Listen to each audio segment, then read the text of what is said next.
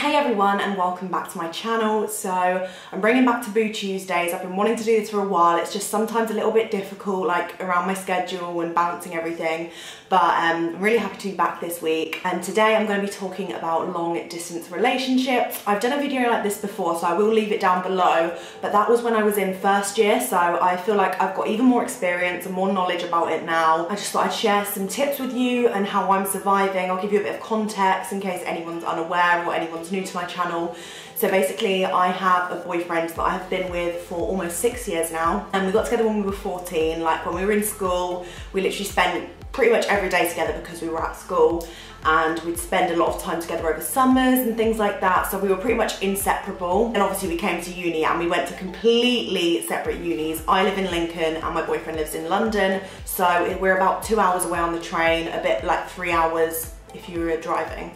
So although this to some people maybe like that's not long distance at all, to me that is pretty long distance, and it's not like I can just go see him every day or see him when I fancy it. It is quite a long way away. But then obviously I know there's people that live abroad from each other, like people live in different countries, or people live like an hour away and call that long distance. Like it's all relative, isn't it? It's whatever you think, it's a matter of opinion, I guess. So yeah, I think I'm in a long distance relationship. It is very challenging. I thought I was going to be worse than I was, so I hope this gives people a lot more hope, because the amount of people that told me that we wouldn't last because we were going to different unis was a joke. Like a lot of people were very petty around it and didn't think our relationship was going to last. And here we are, like I feel like we've made our relationship so much stronger since we've come to uni. I don't know, like I just think everyone was super wrong about what they thought. I was watching Selena's video with her boyfriend. If you don't know Selena, go watch that video, because she did a relationship Q&A with her boyfriend, and they've been together for a similar amount of time to me and Aiden, and they're literally just a very similar couple to us, but they go to the same uni. So if you want to see that perspective, go check out Selena's video, because I really enjoyed that. But she was saying it's not that deep. Like if you love each other, you'll make it work, and I completely agree. Like if you're made to be together and you're and you love each other and want to make it work, then you both will. And then if not, then it's kind of a blessing if, say, your partner decides to do whatever. Like a lot of people think that you're going to get cheated on if you go to separate unis, so if that happens, then you need to, like, obviously it'll be horrible and heartbreaking and it'll ruin stuff, but you've got to think that's a blessing in disguise. If you both want to make it work, then it will. So you just have to both put in the effort, I think, and then everything will be absolutely fine and there's nothing to worry about. I get so many questions about how are you surviving a long distance relationship? Have you struggled? Of course, like there are times where I get really upset just because I confide in Aiden for different things than I do like my friends or my family. Like we obviously talk about different things to everyone in your life, don't you? So if I want to talk about things that me and my friends enjoy, we'll talk about that. Sometimes I talk to Aiden a bit about like other things, you know, you talk to different people about different things. So yeah, sometimes I get a bit upset, and like sometimes it's nice to just have him there to show affection and to make you feel good and stuff. So yeah, sometimes I get a bit sad when I don't have that, because I was so used to it. Like I feel like if I didn't have that, then it wouldn't have been such an issue, but because we were so close and like inseparable before we came, that sometimes is a bit difficult. But I think the positives completely outweigh the cons in this case. Like obviously I'm so excited to move in with Aiden like whenever we can after university, but I don't know when that's going to be because my boyfriend's staying on to do a master's. I don't know what I'm doing yet. Like it's all a bit of a mess. So I am excited for that chapter of my life, but I think I'm so happy that I've got the opportunity to spend a whole 2 years living with my best friends. I have grown so much as a person, I've become more mature, I've gained an incredible amount of independence. Like I'm so happy I came to uni in general for that, but I think being on my own without Aiden is also a bonus, because I'm not relying on him as much. Like I went through a lot of shit at school and I relied on Aiden for my happiness, because he was the only person at school that really stuck with me throughout it, like the difficult like last years. So I was dependent on him because of that reason. So to now be like completely dependent on myself, it's just, oh, it's just such a nice feeling being able to do things just for me and like finding my own inner happiness, which has been difficult at times. Like if you know, recently I got diagnosed with depression, which I might talk about in another Taboo Tuesday, so let me know down below if you want that, because I'll talk about my medication and how I'm doing and stuff like that in a proper long video. But yeah, so I recently got diagnosed with depression, so it hasn't been very easy. Oh god, I can hear someone coming in. Do you wanna come in? Yay! That's so so obviously I haven't had the easiest ride, and like I have had hurdles along the way to find this inner happiness, but it has, I'm starting to find it now that I found a solution to my mental health problems and just generally focusing on myself. Like a lot of people are like, do you message every day? Do you talk to Aiden every day? Like, no, like, I know that sounds so weird to some people. Oh my God! Sorry about that. The postman came and I just shit myself because for some reason when anyone knocks on our door it's so loud, like if you're in the lounge, and it makes me jump every time. I don't even know what I was talking about then, so I'm going to move on to your guys' questions because I feel like that's a good place to talk about things that you guys might be worried about or you're stressing about before you come to uni, or even just tips and stuff. So let's get into the cues. Okay, so how do you deal with jealousy in a long distance relationship? That's if you experience any.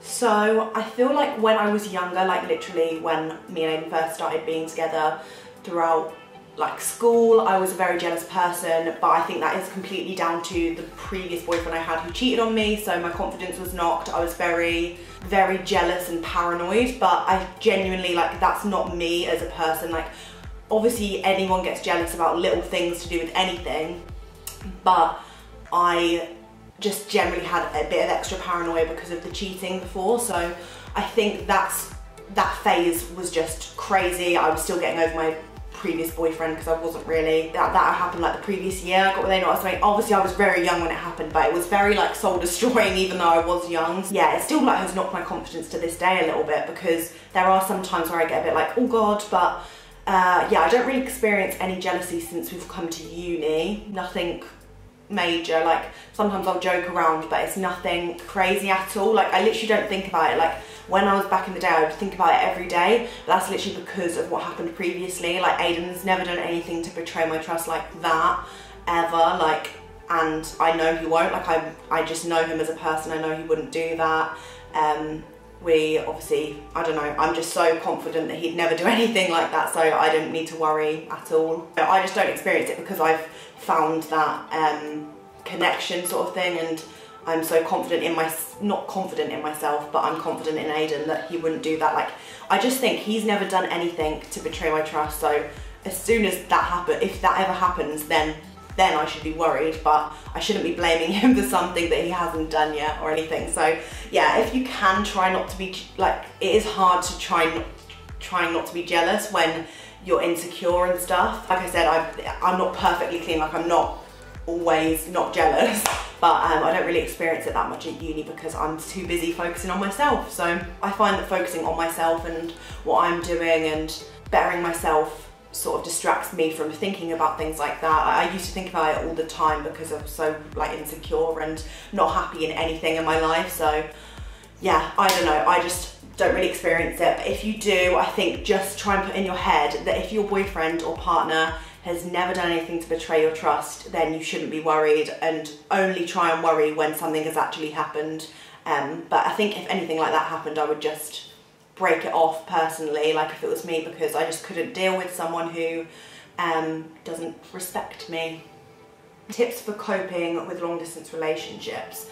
So I've said this before, I think in my first year vid, that I think that the #1 thing that has helped me survive my relationship is planning. Like if I know there's a date where I'm going to see Aiden next, then I look forward to that date rather than having no plans and not knowing when I'm going to see him next. It sort of like puts me on edge a little bit, but that's my personality, I think, so I don't know.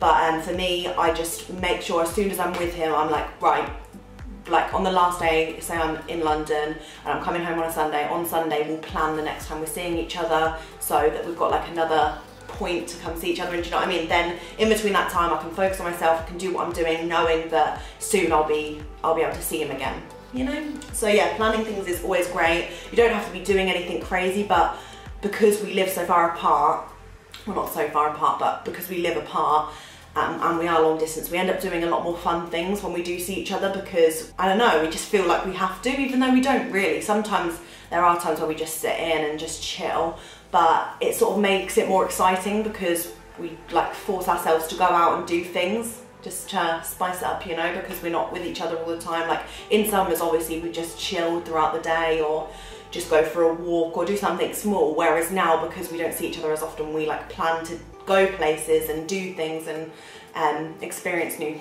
places and stuff. So I just think planning is my #1 tip.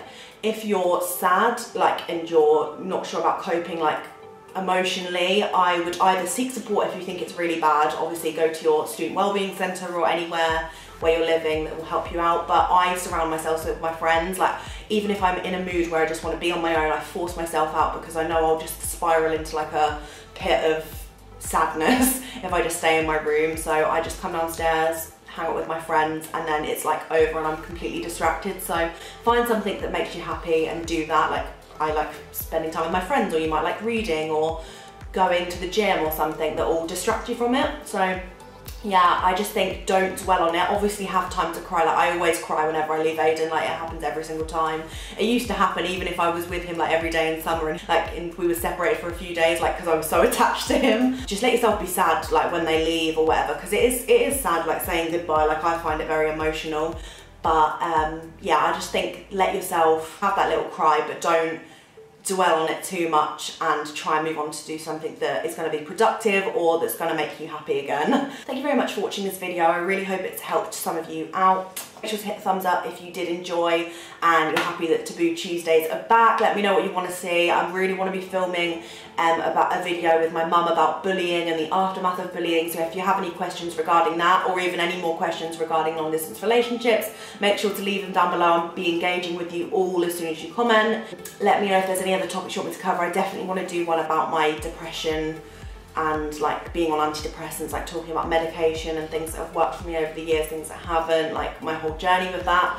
Yeah, just let me know anything you want to see that not a lot of people talk about. It could even be something a little bit more minor, like, I don't know, something, stuff to do with uni even, that not many people talk about. It doesn't have to be really taboo. Thank you very much for watching, and I will see you in my next video. Bye.